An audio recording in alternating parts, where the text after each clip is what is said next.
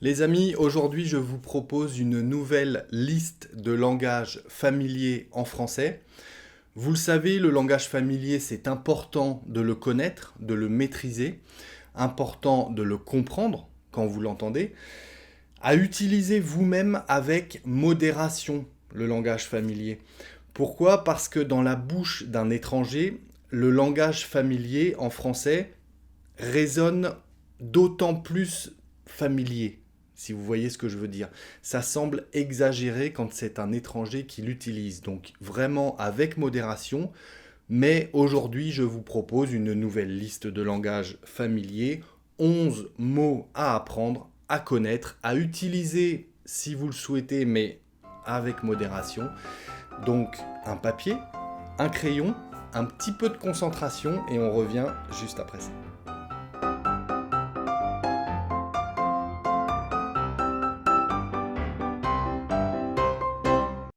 Bonjour à tous et bienvenue sur le Français by Alex. Si on ne se connaît pas encore, je m'appelle Alex. J'ai créé cette chaîne pour vous aider à avoir l'air français en parlant, pour vous apporter des petites astuces pour mieux parler français comme un français. Allez voir les playlists que j'ai créées. J'ai trié les leçons d'une certaine manière pour aborder ce sujet de différentes façons. Donc si ça vous intéresse d'avoir l'air français en parlant, je vous invite à vous abonner à la chaîne et à cliquer sur la petite cloche à côté pour recevoir une notification à chaque nouvelle parution. Si ce n'est pas déjà fait, je vous invite également à devenir membre de la chaîne en cliquant sur le petit bouton rejoindre qui est juste à côté du bouton s'abonner.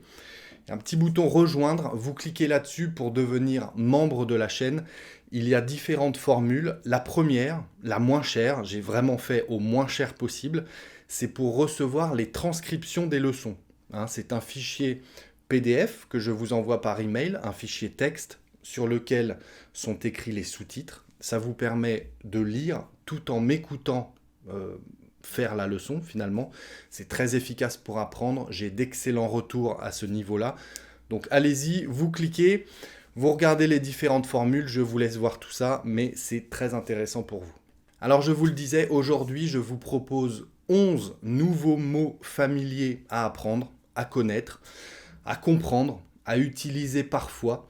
Je vais vous raconter une petite histoire, comme je fais habituellement sur les autres vidéos de ce genre, les autres leçons comme celle-ci. Une petite histoire que je vais raconter d'une manière tout à fait courante. Et une seconde fois, je vais la répéter, la raconter d'une manière beaucoup plus familière. Okay. Ensuite, on va étudier les différences ensemble et je vais vous proposer un code couleur, vert, jaune ou rouge, par rapport à l'utilisation de ces mots pour faire attention ou moins attention, parce que ces mots sont parfois très familiers ou pas forcément trop familiers. Donc voilà, ça fait un code couleur pour s'y retrouver. Allez, on commence l'histoire tout de suite. Je vais l'écrire sur le tableau. Une femme marche dans la rue en mangeant une énorme pâtisserie. Elle va acheter des chaussures. Elle croise un collègue de travail qui lui dit d'un ton assez méchant « Toi, tu ferais bien de surveiller ta ligne ». La femme, en colère, lui mit une gifle aussitôt. Cet idiot n'a même pas protesté, il a tout de suite compris qu'il avait exagéré. Je la relis une seconde fois, un petit peu plus rapidement, ok, juste en 15 secondes. Une femme marche dans la rue en mangeant une énorme pâtisserie. Elle va acheter des chaussures. Elle croise un collègue de travail qui lui dit d'un ton assez méchant « Toi, tu ferais bien de surveiller ta ligne ». La femme, en colère, lui mit une gifle aussitôt. Cet idiot n'a même pas protesté, il a tout de suite compris qu'il avait exagéré. Voilà, petite histoire. Moi, je suis pour peace and love, hein. Je suis pas pour la violence. Quand je cherche des mots de vocabulaire familier, je me retrouve toujours à écrire des histoires complètement bizarres. Donc, croiser un collègue dans la rue, lui mettre une gifle comme ça, bon, c'est le truc qui arrive jamais en principe. Excusez-moi pour le scénario de mes histoires, mais j'adapte en fonction des mots de vocabulaire que je veux vous apprendre. Ok, donc ne faites pas attention au scénario de l'histoire. Allez, tout de suite la version familière de ce roman. Une nana marche dans la rue en bouffant une énorme pâtisserie. parenthèse, les couleurs, les codes couleurs vert, jaune, rouge, on va voir ça juste après. La phrase que je viens de vous dire, là, une nana marche dans la rue en bouffant une énorme pâtisserie, elle est moche, elle est trop familière. Ok, donc attention à l'utilisation, on va en reparler juste après. Elle va se payer des pompes. Elle va se payer des pompes. Elle croise un collègue de travail qui lui dit d'un ton assez vache, toi, tu ferais bien de surveiller ta ligne. La nana, furax, lui colla une baffe aussitôt. Cette andouille n'a même pas bronché, il a tout de suite compris qu'il avait dépassé les bornes. Allez, une seconde lecture un petit peu plus rapidement, ok ? Une nana marche dans la rue en bouffant une énorme pâtisserie, elle va se payer des pompes. Elle croise un collègue de travail qui lui dit d'un ton assez vache, toi, tu ferais bien de surveiller ta ligne. La nana, furax, lui colla une baffe aussitôt. Cette andouille n'a même pas bronché, il a tout de suite compris qu'il avait dépassé les bornes. Alors, analyse de texte. Analyse de texte. Le premier mot, une femme, ou une fille, on peut dire, hein, une femme, une fille. De manière familière, on pourra dire une nana. Une nana. Alors, on parle comme ça, avec des amis, hein, avec des personnes qu'on connaît. Quand on raconte quelque chose, on dira la nana était en train de marcher dans la rue, etc. Bon, voilà, c'est un mot qu'on entend très souvent. Libre à vous de l'utiliser. Je l'ai mis en vert. C'est pas forcément très joli. Il y a des femmes qui n'aiment pas entendre ce mot. Hein. Il y a des femmes qui n'aiment pas entendre nana, qui trouvent ça trop péjoratif. Libre à vous de juger. Je l'ai mis en vert. C'est pas catastrophique, c'est pas vulgaire. C'est voilà, à utiliser comme bon vous semble. Mais j'insiste pas trop souvent. Ça reste du langage familier. Le deuxième mot, manger. Elle mangeait une énorme pâtisserie. Elle bouffait une énorme pâtisserie.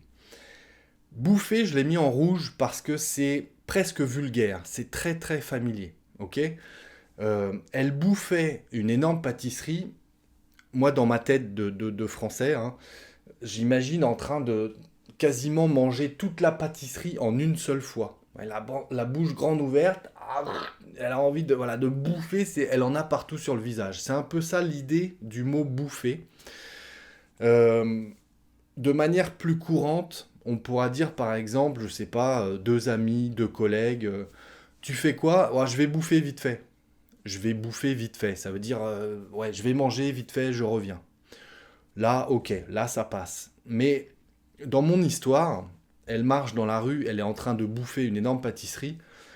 Surtout une pâtisserie c'est un petit peu raffiné quand même, c'est délicat une pâtisserie. Donc on imagine bouffer une pâtisserie, c'est moche quoi, c'est moche. On prend la pâtisserie, on se la met dans la bouche et puis on bouffe quoi, c'est pas élégant, c'est vraiment pas élégant. Donc attention à l'utilisation du verbe bouffer, ok ? Le troisième mot, c'est le verbe acheter, que j'ai transformé de manière familière en se payer. Elle va acheter des chaussures, elle va se payer des chaussures. Très souvent utilisé, je l'ai mis en vert, hein, c'est pas bien méchant ce mot-là. Qu'est-ce que vous pourrez dire ? Ah tiens, regarde, j'ai acheté une veste. Eh bien on dira, ah tiens, regarde, je me suis payé une veste. Hein, c'est se payer, c'est un verbe transitif, se payer. Je me suis payé une veste. Ça veut dire, je me suis fait un petit plaisir. Tiens, je me suis payé une veste. Alors que j'ai acheté une veste, ça décrit l'action d'acheter, mais ça ne précise pas qu'on s'est fait ce petit plaisir. Hein. Alors que se payer une veste, ça veut dire, je me suis fait un petit plaisir, je me suis acheté une veste. On dira, je me suis payé une veste. Ok ? Donc cette femme, cette nana, elle va se payer des chaussures. Alors chaussures, certains d'entre vous le connaissent, je l'ai déjà entendu dans les commentaires des vidéos. Chaussures, on peut dire des pompes ou des godasses. Hein. Elle va se payer des pompes. Là vraiment, ça fait trop de mots familiers. Hein. Elle va se payer des pompes, ça fait vraiment très familier. Mais vous pouvez l'entendre, godasses, on imagine des vieilles chaussures abîmées. Hein. Des godasses, c'est va mettre tes godasses, on va se promener au bord de la plage, on va se promener dans la forêt. Mets tes godasses. Des pompes, c'est plus adapté, hein, c'est vraiment familier, des pompes. Je vais mettre mes pompes, je reviens. Je vais m'acheter des pompes. Ouais, ça va. Hein. Donc pompe, on peut le mettre en vert, godasse, Je vais le mettre en orange, hein, voire en rouge. On va le mettre en rouge, godasse, ok? Godasse pour dire chaussure, mais de manière très familière. L'adjectif méchant, il lui dit d'un ton assez méchant. Eh bien, on va dire un ton vache, comme l'animal. Sauf que là, c'est l'adjectif. C'est un adjectif familier, ok? C'est vache ce que tu dis. C'est vache ce que tu dis. Il lui dit d'un ton assez vache. C'est un adjectif, ok? Ce n'est pas le nom, hein. Un ton vache, c'est un ton relativement méchant. Je l'ai mis en orange. Pourquoi en orange? Parce que à utiliser avec des gens qu'on connaît exclusivement, hein. C'est vache ce que tu dis. Si vous croisez quelqu'un dans la rue et puis que il ne vous tient pas la porte à l'entrée d'un magasin, vous n'allez pas lui dire « Eh, dis donc, c'est vache là !» Non, on ne parle pas comme ça aux inconnus en fait. Donc je l'ai mis en orange, attention à l'utilisation quand même. En colère, la femme en colère, on dira la femme, la nana, furax, d'accord? Ça veut dire exactement la même chose. C'est un adjectif. Être furax, ça veut dire être en colère. C'est un petit peu plus familier. Je l'ai mis en vert parce que aucun souci par rapport à l'utilisation du mot. Alors le verbe mettre, mettre une gifle, eh bien on va le transformer en coller. Coller une gifle, ça veut dire mettre une gifle, mais lui coller, c'est bien puissant, quoi. C'est lui mettre une bonne grosse gifle quand même, hein. Il lui a collé une gifle, on peut dire il lui a collé un pain, hein. Enfin elle lui a collé un pain, pardon. Mais coller une gifle, c'est vraiment y aller, avec colère, justement, hein. Donc il lui a collé une baffe, en l'occurrence. Donc coller pour le verbe mettre, et une baffe pour dire une gifle. Ok? Elle lui a mis une baffe, elle lui a collé une baffe. Moi, j'imagine la scène quand j'entends ça. C'est une sacrée baffe qu'il lui a mis, hein, une sacrée grosse gifle, hein, qu'elle lui a mis, pardon. Donc voilà, coller, la manière familière de dire mettre, et une baffe, la manière familière de dire une gifle. Ok? Une baffe, je l'ai mis en vert. Coller, je l'ai mis en orange. Attention, avec les gens qu'on connaît, encore une fois, parce que ça insiste vraiment sur le côté puissant de la chose, donc on est tout de suite dans le très familier. Attention à l'utilisation. J'ai ensuite idiot. Cet idiot, eh bien, on va dire cette andouille. Alors, une andouille, ça se mange, hein. Une andouille, ça se mange, spécialité de la ville de Lyon, si je ne dis pas de bêtises. Corrigez-moi dans les commentaires, hein, mais l'andouille, c'est une spécialité de Lyon, je crois. Je suis sûr d'ailleurs. L'andouille, l'andouillette. Bon, eh ben l'andouille, ça s'est retrouvé être un adjectif pour dire idiot. Je l'ai mis en vert, aucun souci par rapport à l'utilisation. Cette andouille, cet idiot, c'est familier, mais pas du tout vulgaire. Ok? Il n'a même pas protesté. Il n'a même pas protesté, il n'a rien dit, il n'a même pas bronché. Il n'a même pas bronché, ça veut dire il n'a pas du tout protesté. Je l'ai mis en vert.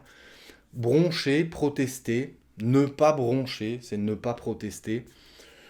En vert. Encore une fois, c'est du langage familier, donc doucement, hein, mais bon, ça va. Il y a pire comme mot familier que broncher. Le dernier, c'est le verbe exagérer.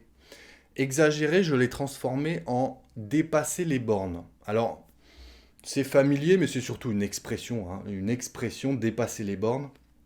Ça veut dire, voilà, il y a des bornes à ne pas franchir.